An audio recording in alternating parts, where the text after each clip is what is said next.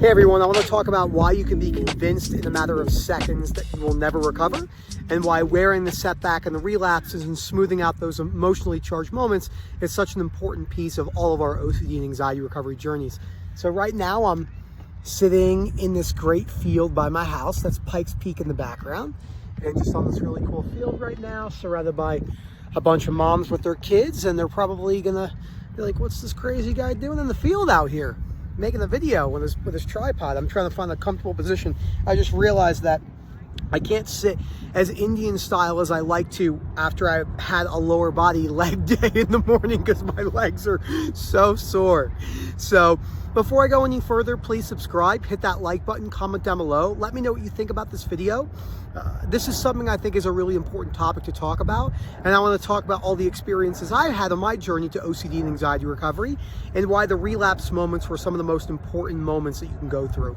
And if you need help with coaching services, you can always reach out to us and the team at info@ocdrecovery.com, and we'll get back to you in a timely fashion. I just realized how blonde my eyebrows are in this video. So one cool fact before we get started, you know, I worked outside for years. There's probably a good chance I'm gonna get skin cancer because I have so many freckle spots on my body, but I just got them checked out. But my dad was prone to growth. That's why he had cancer at 60, and he had basal cell carcinoma. So this is something I have to be wary of, because I do have really fair skin for an Italian, because I have the Irish in me as well. So, but sometimes it's really difficult to see just how blonde my eyebrows are until I see it in the sun, and they can get like transparently blonde.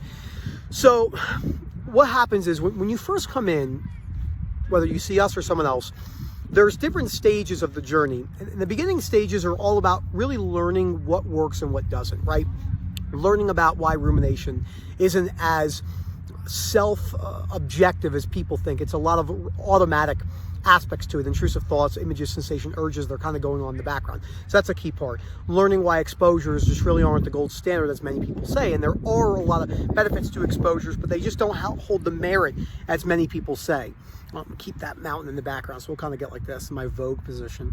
Another thing too is learning about why the books on the reading list are so important and breaking down the fears surrounding unconditional self-life, other acceptance. That's another important piece. So, and then as you're starting to go better, I always tell people fear doesn't really come to become a problem until you start getting better. So it wasn't until I started getting better from OCD and anxiety-based disorders where fear really had the upper hand on me. I was having a call with someone this morning where they were saying, hey, look, there's no particular thing that's sticking, but I do have this fear being stuck again. And this is understandable because, as Rob says, the brain remembers how you were at your worst moments. So this is something I had to deal with. And whenever I had major relapses, there was usually two pieces to that.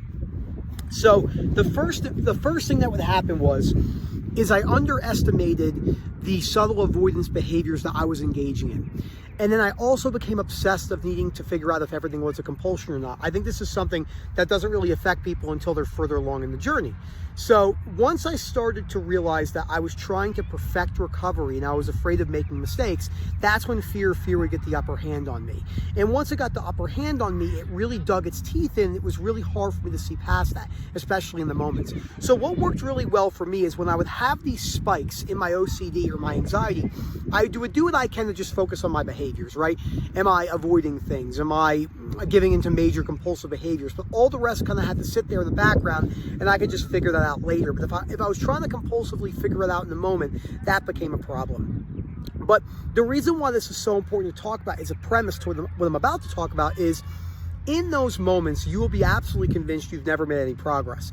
And the biggest mistake I made was not smoothing out those moments by not seeking for reassurance and not venting and decreasing the way these kids are screaming over there, and not decreasing the way I spoke about my OCD in a catastrophizing manner, which is understandable, but that really needed to change. So I had to stop using the I can't stand it, this is the worst thing ever, this relapse is worse than the rest. That was really hard for me. I really didn't realize how much I was doing that until later on in the relapses, when I would say to myself, wow, I'm really stuck in that cycle of needing to prove my way out of this by venting my way, because my venting was how many people's venting is. It wasn't reassurance, am I going to be okay? That was in the beginning, but further along in the recovery journey, it was a lot more of just complaining about OCD, complaining about the way I was feeling. So in the matter of seconds, you're going to be convinced you've made no progress. I speak to people every day who've been feeling great for 10 to 12 months. Then they come in and they have a relapse. And the hardest thing is realizing that we have a disorder, so it is a genetic disorder more than likely. My always counter argument for people that say it's environmental only, well, the driving factor of OCD, I'm sorry, I'm watching a woman trying to push her stroller up a hill right now. This is incredible. Yeah, look at that. That's super mom right there. And then there's a kid that's like obviously can't walk. I hope you could see that in the video because that's hilarious. She just falls backwards, the stroller goes over with her. Just lost my train of thought. That's why I don't do videos outside, because my ADHD goes crazy sometimes. But in those moments where you have a relapse after you've been having a period of good time, it's important to remind ourselves that there's no promises of when we can and cannot spike. No matter how good and rational you think your perspectives are, OCD can always take the upper hand because it feels so convincing. And this is why we talk about it feels as real as it can get. And this is why we break so many myths surrounding, how long it could take for someone to get better. And it does take a while for our perspectives to change. And this is something that really kind of caught me off guard, because I really held a vendetta against my OCD in the world when I wasn't doing well. So I'd wake up in the morning and have chronic anxiety, chronic anxiety and panic attacks. I didn't suffer primarily with guilt and shame. It's tried to peep in there at times, but it wasn't the primary focus of my OCD and anxiety journeys.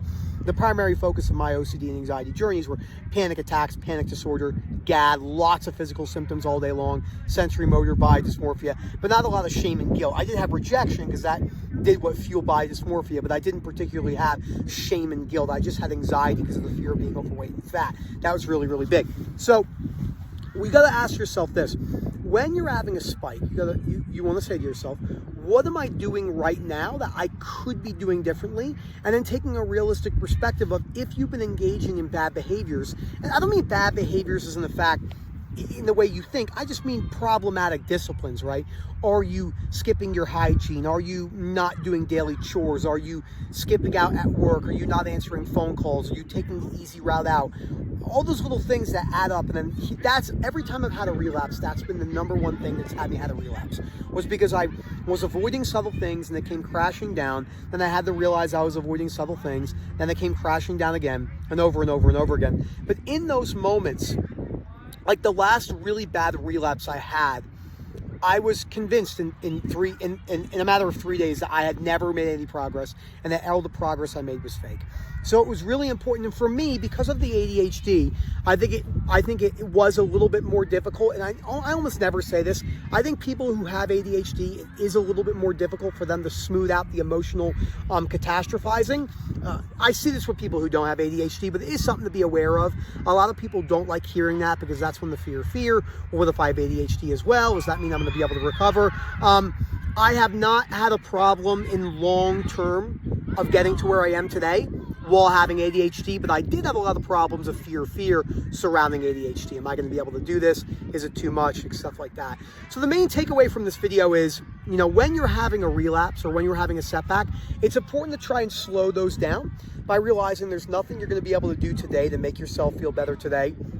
And that quick escape mechanisms to get yourself to a place where it's no longer bothering you is the problem. And wearing the relapses, whether it takes 3, 4, 5, 6 months, and just taking it as a new chapter in your recovery journey, that's difficult to do, but you can do it. So thank you so much for watching this video. I hope you guys enjoyed it. Let me know what you think down below. As always, let me know if there's some topics you want to see me cover, and then we can go from there. And we love taking people's advice on what they want to see covered again. I talk a lot about rumination. I could do more on my body dysmorphia journey or body image type fears. I think that affects a lot of people. And if you're interested in our coaching and webinar services, I always say we have webinars every Tuesday at 8:30 p.m. UK time, unless there's a time zone change, but there's not another one until November. Please email us at info@ocdrecovery.com and we'll get back to you in a timely fashion. Have a good one, everyone. Hope you enjoyed the view.